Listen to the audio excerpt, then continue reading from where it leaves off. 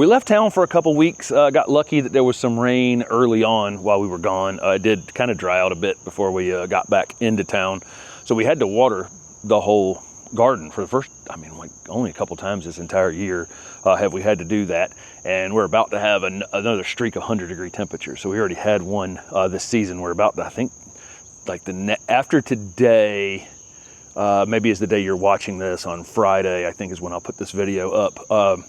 I think we have 5 out of the next 6 days are predicted 100 degrees or 99, something like that. So it's about to get warm out here. We'll see how everything responds to that. I'd like to have a little bit more. I'd like to have one more rain maybe before that happens, but we'll see. We're going to talk about some plants in this video that are looking good, holding up in the summer heat.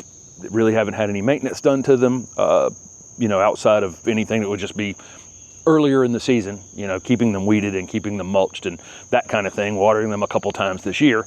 Other than that, they're kind of easy plants here in the landscape. One of them is this Moon Dance Hydrangea Paniculata, which is below the fence a little bit. We actually want this thing blooming a hair above the fence, but I cut it back too hard. So these Hydrangea Paniculatas, we can prune in the wintertime because they bloom on new wood. So some hydrangeas are different than that. So make sure you don't start pruning all your hydrangeas in the wintertime. But Hydrangea Paniculatas or panicle hydrangeas, or we used to call them tree hydrangeas because a lot of them got really big. You can prune these during the wintertime because they come out and bloom on new wood. This one, I had been pruning it down to about this height, and then it had been blooming at this height, which was perfect.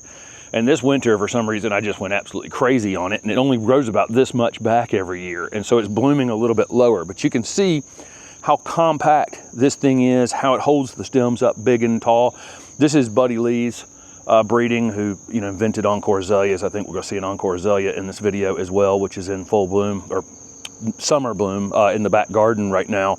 But you can see that selection of this one was because, look at this, you know, you can just beat on this plant basically and not have it be an issue. So a lot of the other Hydrangea Paniculatas that have these types of really incredibly tight panicles on them like this, when the water gets on them, it pulls the plant over a bit. Or they grow so much during the season, they don't have strong stems and it falls over a little bit. So they end up kind of weepy and open. And this one just, wow, it'll just hold up to any of that. So again, I'm gonna cut it back to about 30 inches every winter, and that should, and then it grows about 3 feet. That'll put it blooming here. So lesson learned year over year, and you'll learn things in your garden as you go. I thought it would just grow more each year so I could cut it a little bit harder, but it didn't. But look at it. This is just, I think the Moon Dance is a real standout amongst what is a crazy world of Hydrangea Paniculatas, where it seems like there's 3 named new ones every year. I think this one's a standout. Next up is this Ruth Braftoft Ficus. We got this was given to us down at some friends that work at Historic Columbia down in Columbia, South Carolina.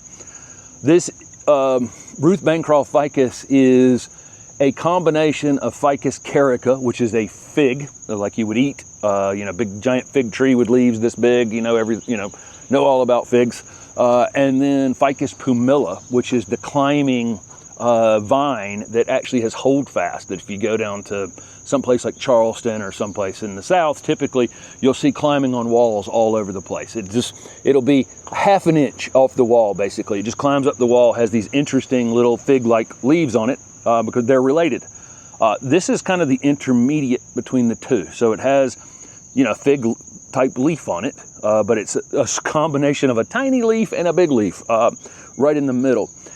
It doesn't have holdfast like Ficus pumila, so it doesn't lock onto things. So it has to be wound up through. So it's coming up the rail on the porch rail here, but we're feeding it through there. We're in an area where this thing can be killed back to the ground, and this past winter it was killed back to the ground.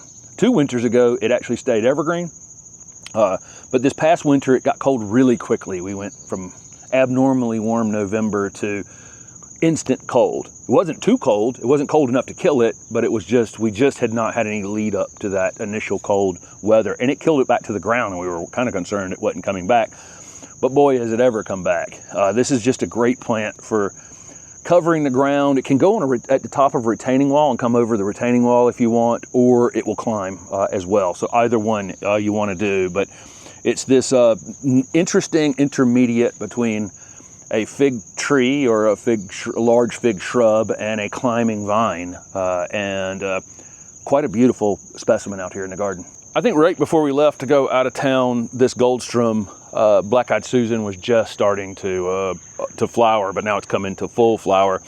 This plant, I think we got this as a 4-pack from Big Bloomers, which is kind of unusual that you can get perennial plants in 4-packs or 6-packs anywhere anymore. Most of the time they're going to be in gallon containers and have a special pot and a special tag and all kinds of things. And but this was, I think we probably only paid 4 years ago maybe $4 or something for these. The rabbits just destroyed them for like 2 years. And I mean, they would come up here and just eat them to the ground. We just get a few flowers later in the season, but they finally have reached the point where they can outgrow the rabbits pretty quickly, and have just really making a statement on this corner entry spot here. This was the perennial plant of the year, I think in 1999, and there's a reason for it. There is some more compact breeding around these now. So, I think what is that one we were filming last year, American, I'm not gonna remember. I can't remember the one from, I'll put it on the screen, but there is slightly more compact ones out there in the world now. You can see this is getting full sun all day long. And I should have said on the ficus over there, that thing will take shade or sun, but that one is in a lot of sun. This is also in a lot of sun, and I probably right up here at the top of the driveway as much as 14, 15 hours during peak summer months. It's just getting hammered because the sun just tracks directly across the top of it, and it's reached about 3 feet in height, something like that. Really no maintenance to do on this plant. It comes out of the ground, gets eaten to the ground a couple times by the rabbits, then quickly outgrows the rabbits and then comes into full flower like this. Eventually we'll get pollinators on it during the day, and then the seed will form, and we'll get goldfinches on them out here as well. Next up was a real conversation piece from the open garden. This is a yucca called Nice and Easy. This particular species is from Mexico. It needs sharp drainage here, so it can survive our winter temperatures, and did, even this past winter, survive our winter temperatures here. But it needs sharp winter drainage, so I can't have it sit in water during the winter time. So out here by the road, we have several agaves, yuccas, several things that need kind of sharp drainage, and then we amend it a bit with some expanded shale in the hole, because that clay-based soil just will kill these during the winter time. But this thing, first of all, it's kind of soft textured. I mean, they're thick leaves, as you would expect from a desert plant, but where it looks prickly, it's really not. I mean, I could probably figure out how to get hurt by it if I jumped in it or something, but I'm not going to do that, right? I mean, that would be silly. But really, all of these points, none of them actually hurt. So it's not the typical yucca that we would think of in the garden. In the wintertime, it turns kind of a pink hue in all the newest growth from the end of the season. And then the new growth in the spring has a pink hue to it as well. We're kind of peak summer here, and what we're seeing is this kind of variegation where it's I don't know how you would describe that, a lime green kind of color in the center and kind of a white, off-white color on the edge where the variegation is. These will get 4 or 5 feet tall and probably equally as wide in time. This is 3 plants. Because they grow like this going up, we felt like putting 3 plants here together would make a better statement, and it did. Like I say, everybody wanted to know what this was. I'm not the biggest yucca fan that's ever existed. I mean, we've got a couple out here in the garden, and we'll probably a few more that we've seen in time. And there's one called Golden Sword that we're going to have soon. That was in Sunday's Q&A video at the end. I talked about it. We'll have one of those out here next year. Really beautiful blue with a yellow stripe down the middle, different species, and an extremely cold hardy one. But this one, again, we're right on the edge of where this one is cold hardy, and it just needs sharp winter drainage. But if you see this Nice and Easy yucca and you're in zone like 8 to 11, this is definitely one worth owning, because it just contrasts so well with almost anything else you put around it. And it has such an interesting habit, and it doesn't bite back. Mid-July, when it's potentially the hottest it's going to be during the summer, and a lot of things are tired and a lot of things are worn out, and it might be dry outside, that's when the lantana absolutely shines. And we put in that that series of annual ones out here in the garden, and we've shown those off several times now. But we have a couple perennial ones as well. This one's Bandana Yellow, and we have one called Chapel Hill Miss Huff in the back garden. And there are probably, I don't know, 8 or so that are definitely pretty reliable perennials here in the Raleigh area, as long as they're kind of spring planted and allowed to get some legs under them. This one got killed to the ground in an ugly way back in the fall, and thought it was actually dead. And it sometimes with these lantanas, it can take a little while for them to wake up. So don't give up on all your perennials too early during the season, especially something like this lantana that's marginally hardy, because the way it's going to go to sleep, it's probably going to take some root damage and some, just overall damage. And then it can take a little extra time for it to get going.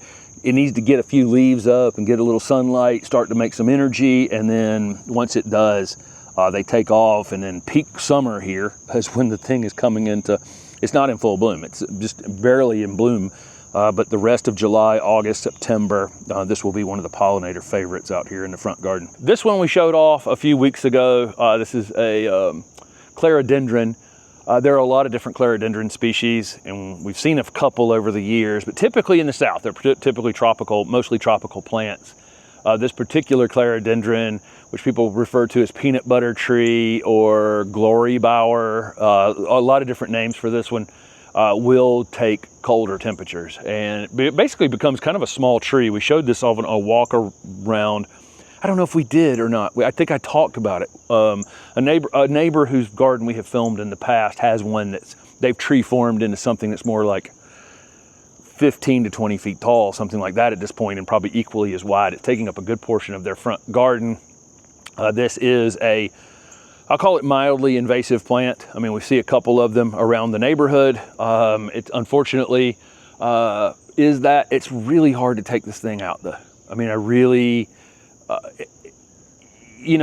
here's this one, it stands right here, and then there's one in the woods right behind me that's somebody else's property. So, I don't know. It's just hard to say on these things, right? I mean, there's seed here, and it's now going to be in this neighborhood and around the city of Raleigh, kind of regardless. I don't know when it was brought here. I have no idea. With all that said, there is no plant in this garden that has more native pollinators on it. And I'm talking about every butterfly you can think of, and every bee you can think of, and wasp. And this thing, we're shooting early in the morning because the lighting is good here. By midday, this thing has so many butterflies on it, you just can't even imagine. And it's weird because, again, mildly invasive habit, not from here, not related, why is this the #1 pollinator plant in our garden? Well, it's actually technically not quite. This is probably a hair over the property line, and this is on the city's property where we're doing the native garden, so it's another reason we'll probably end up taking this thing out. But it's been here the whole time we've been doing this project over there, right? And so we love coming over here and just watching all the things that are on it in the afternoon. It's pretty wild. It has a pink bud that opens to a white flower. It seems to produce just a ton of whatever these pollinators need, just massive amounts. And then the calyx turns a bit of a red color as well, or a kind of a pinkish color. So even as the flowers are declining later, there's still some color on it. Neat plant. It's a completely neat plant. Again, it's kind of hard to, what do you say about this? I want to point it out. I want to show it off. This is an incredible plant, but it does have, obviously, has issues with our natural environment here in the Raleigh area. But what a beauty. We've shown off lots of the coleus in the garden over the last couple of months, but I don't believe we've shown this one called Spiced Curry. This is part of that flamethrower series that Ball has. There's so much breeding around coleus. I go to some of these shows and look at 40 new coleus. I mean, it's just wild every year, the different patterns we can get in the leaves. And some of them are just, all kinds of showy patterns and variegations in the leaves. But sometimes simple is pretty good. And this one is on the simpler side for the coleus. It does have this kind of a bluish purple outline right along the outside edge of the leaf. And then the purple mid-veining in there. And the rest of it just has that, I don't even know how to describe that color. I love the dark stem on this thing. See the purple stem?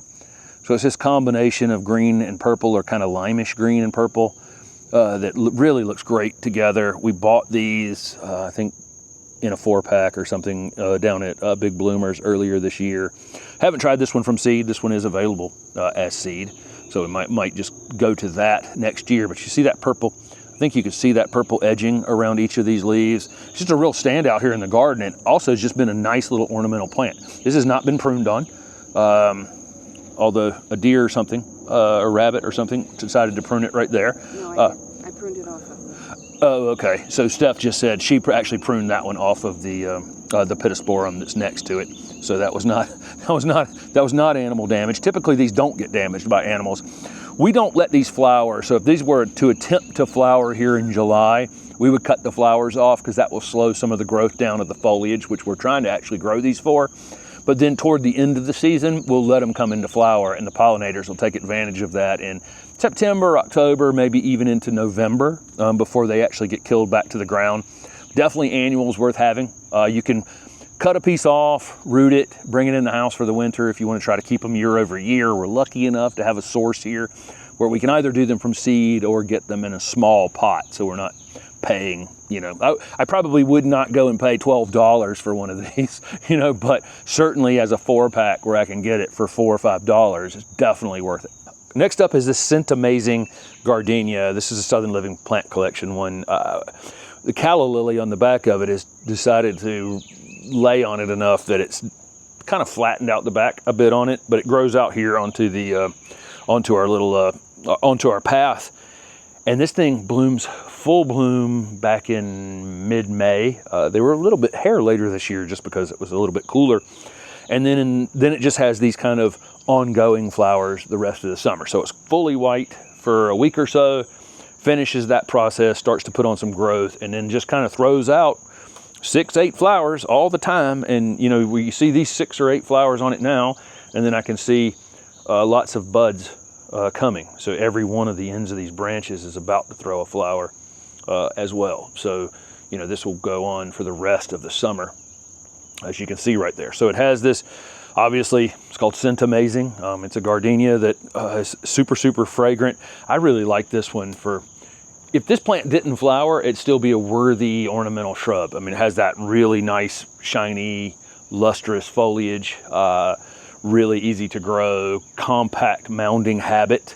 Gardenias can be a bit finicky in our gardens, and so in our clay-based soils, we need to mound them up a bit when we plant them. So that's something you need to know, is don't put these, you sink this thing down into your clay, your red clay soil, and start watering it like you water everything else. At some point, they'll succumb to root rot. But if you get them up above a little bit, they can take some moisture during the growing season without any problem. But again, that winter wet, early spring wet can really, you'll see your plant kind of get smaller in time, or just get root rot and die. But once you find a spot for them, once you get good at growing them, you know, they're definitely worth having. And this particular one is such a good ornamental plant. Next up, we'll point out one of the mini Hosta in the garden here in Raleigh. This is Jetstream, which started blue. If you'd have seen this 2 months ago, it's a blue Hosta. It's a very vigorous grower, very vigorous. We have a ton of Hosta in this garden, and I don't think one has actually outperformed Jetstream overall. So it starts off with that blue hue. This one is in flower now. Most of the Hosta had bloomed a little earlier. I don't actually know. I can't, you know, sometimes you'll look at something and it'll bloom a little later than something else, and you go, well, it blooms later. Well, there's a red bud next to it that's probably keeping this area a little drier. It may be getting a hair less sunlight. You know, there's multiple reasons why something may bloom a week ahead or a week behind something else. But this one's in obviously full flower now. The hummingbirds will come along and get these flowers. The bees will come along and try to dig their way into these long tubular flowers. But main reason I'm showing this off is just look how good that plant looks in peak summer. We were just up in the Northeast, and even up in the Northeast by mid-July, the Hosta are starting to look a little rough. I mean, we don't have a Hosta in this garden that doesn't have some sort of issue going on with it, where it's been chewed on, or some sort of spotting at this point, you know, during the heat of the summer. And this one's just holding up so well.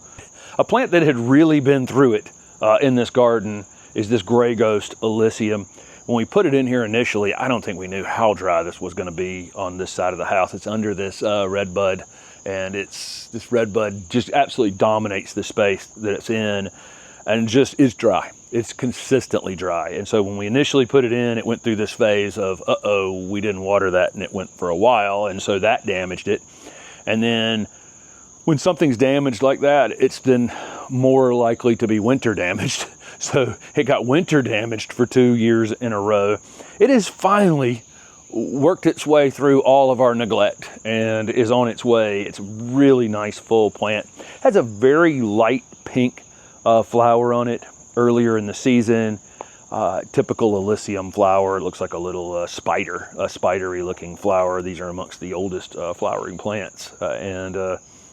This is a pewter colored variegation on this one. We have a couple other Alysium floridanum here in the garden, but this one is definitely special in the coloration on the leaf. And it's got a really, it's supposed to be a vigorous grower, which is kind of funny. And our other Alysium here in the garden have been, for the most part, fairly, once they get going, once they get rooted in, have been kind of faster growing. Again, we just put this one through all the trials and tribulations. So I think once it goes through this winter, these are zone 6 hardy, we're in zone 8. I don't expect it to get winter damaged this year. And I expect it when it comes out next spring, it's gonna jump pretty quick, finally. But it's taken a minute. But look how good it looks right now. This is the best it's looked. That's why I wanted to point it out. Despite our abuse, it's looking great here in the garden. This is a plant that will always get asked about if it somehow ends up in the background of any, I think we were talking about a butterfly bush over here, other things. Anytime this thing shows up in the background, it's, what is that? What is that? So this is a podocarpus called Roman candle. I disagree with the name. I thought it should be Roman candles, but it is Roman candle, and I've pointed that out. It's kind of a funny thing. This is a much slower growing podocarpus overall. These are great screening plants. Typically, the green versions of these can get quite tall and fairly quickly once they get the engine going, and they take up a very small footprint as they go vertical. So very important plant for screening here in the southeast. And it's a conifer, but where a lot of conifers don't like the heat of the southeast, these do like the heat of the southeast. This one's in a ton of shade. And in fact, I don't think it's getting 5 minutes of direct sun the entire day. I mean, this is under a tree right here. And on the side of the house, the sun is on the other side of the house this time of year, right, tracking a little north of us, right? And so in the winter time, it's getting a little bit of winter sun, but it's not getting any summer sun at all. I don't think there's a minute that this is in the sun all day. And this one is stretched just a bit. We've got another one out front that's not quite as stretched as this one. With this white growth like this, it does grow a little bit slower. So this is 4 or 5 years in the ground, and a Mackie podocarpus would have been above my head easily by now. But what a great plant for, you could use this as a container plant if you were in zone 9 or 10 for sure. You know, next to a door, next to a window, any place where you need a narrow upright plant where you're not in a race to have it be 10 feet tall because it won't do that very quickly. There's less of them available out in the world than there should be. And part of that is because of the slow growth. And so where, you know, a nurseryman can put a green podocarpus in a container and sell it within 12 months, 18 months, these are going to take an extra year, probably beyond that. So if you see them and they're a little bit smaller in a container next to something, you know, a green one, there's a reason for that. They're probably the exact same age. But if you can find this plant, highly recommend it. It has no issues whatsoever. This one's in the shade, that one's in the sun. This would be amongst the very last thing I would think about watering here in the garden. You know, once they're established, they're really kind of just really tough ornamental plants overall. Don't really have any issues on them. And this one just shows up in this dark shady space right here. You can see why people always ask what it is. Last but not least, we have this Debutante Encore Azalea, which is on a stick, basically. It's limbed up into a tree form. We've kept it just this size, exactly this size, for 4 years now. I don't think, maybe we've let it get a little bit wider.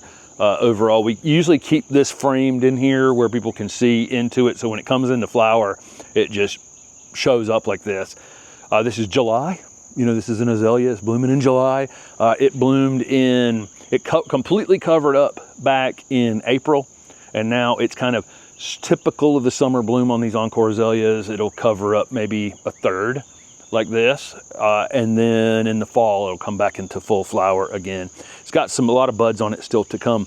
What's interesting about Debutante to me, and what makes this one interesting anytime I ever see it in a container in full bloom, the flowers initially open kind of dark pink, and then they fade a bit to white, and it appears that it has pink and white flowers on it as that's happening, which is super interesting.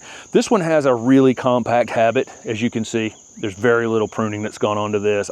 We'll come in here and maybe take off a piece here or there, but it's had virtually very little pruning on it we'll prune it after it spring blooms. That's the best time of year to prune it, really the only time of year to prune it. Otherwise it'll be costing you flowers in some way or another. But this is a tree formed Encore Azalea. Anything, kind of proving that almost anything can be tree formed. There were a lot of these. I don't want to say a lot of them, but there was some availability for a few years, and I haven't seen any in a little while. I know Flowerwood Nursery down in Loxley for a while was doing quite a few of them. I don't know if any of the other nurseries out there in the world are doing them, but look, here's an opportunity for you if you are a nurseryman to take, an Encore. You can just grow the 1 gallon containers super close together and get a single stalk coming up, and then you put it into a larger pot, shape the top of it, and out the door, easy peasy. 3 or 4 years go by. Easy peasy, right? It takes a little while to do this kind of thing, but it's well worth it to have something this interesting in the garden that, again, it's going to bloom 3 times a year for you. So there's some of the things we're coming back into the garden. A few of these things I don't think we've talked about much this season, so that's part of what we're looking for as we're doing these videos. There are 400 plants in this garden, and so sometimes we probably go long stretches without talking about one and over talk about a few too many times. That's probably the way that goes because it's hard to remember what we've talked about recently. But there you go. This is Debutante Encore Azalea, and thank you guys so much for following along with the channel.